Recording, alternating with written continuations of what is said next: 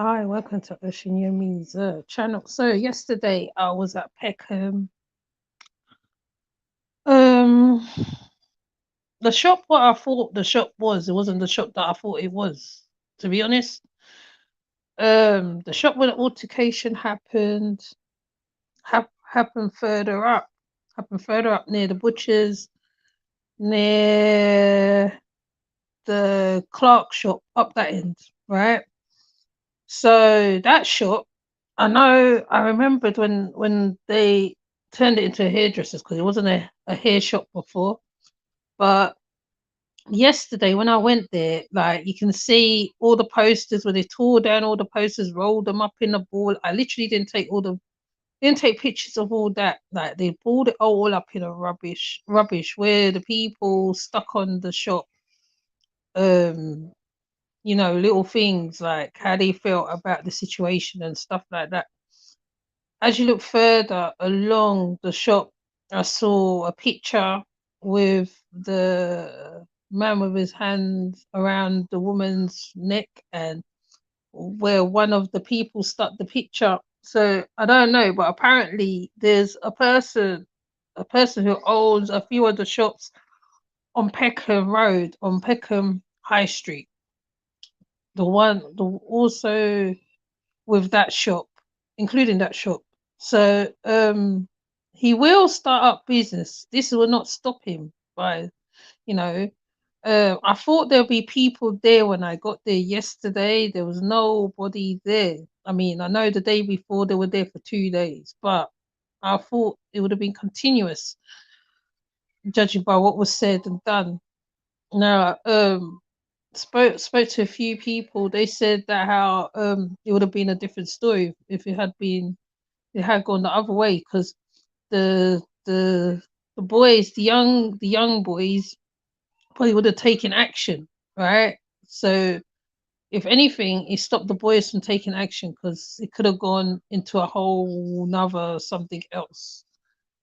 But like I said, the shop he will open up again, that same hair shop, and he will get money from the community because everybody not everybody was for what happened yesterday. Apparently when they were standing outside the shop protesting, a couple women was mad because they would I think they normally get their hair or something from there and they were stopping them from getting their hair. Now when you look on the shop itself, now mind you, Peckham normally has graffiti stuff, graffiti shutters and stuff like that. That's a normal thing. So what you see on the shutter, if you look on the community tab, is not this the usual thing. Um, but like I said, like when I spoke to somebody, one person also said he also had altercations at cons and nobody stepped in and certain lots of stuff happens on Peckham itself. There's always something going on in Peckham, I guarantee it. Always something. Um this is not unusual, mind you. The difference is that how it was an Asian man with a black woman. And normally the Asians, um, they do sell sour food on that same road. You have to be very picky where you buy your food from because you can see blue bottle flies on meats, etc., etc. Women's been known to prostitute themselves to get meat from the butchers, right? Black women, apparently, right? So um this I feel was like, I mean, I'm hoping that something comes out of it, something proper, if it's investigated properly and all that stuff, because this shouldn't pass. Because if one person can do that to a black woman or whatever, it will be done again. It'll be done again. So um the mindset of this is yes, but yeah, buy black. Yeah, I'm not gonna say don't buy black, but you should be buying black from a long time anyway. You shouldn't have to wait for something like this to happen to say, oh yeah, I'm gonna buy black. That's just ridiculous. You're supposed to buy black with his hair oils, whatever, whatever. You like there's loads of people, there's Ron, there's a man in Lewisham He sells yam and banana. He's been around for a long time. There's lots of places. It's just a matter of looking for the places and your food, and then if you can support them. I mean, like, me, I support the people who respect me. That's how I deal with it, like that. You give respect to get respect. And when you step into hair shops and places like that, you have to, um, I'm not saying not humble yourself, but just go get what you have to get and come out of the shop. Don't even cause horrors. But apparently, like they said, the guys had 40 hair dryers and stuff in that shop from a long time. But I don't see why they haven't closed him down.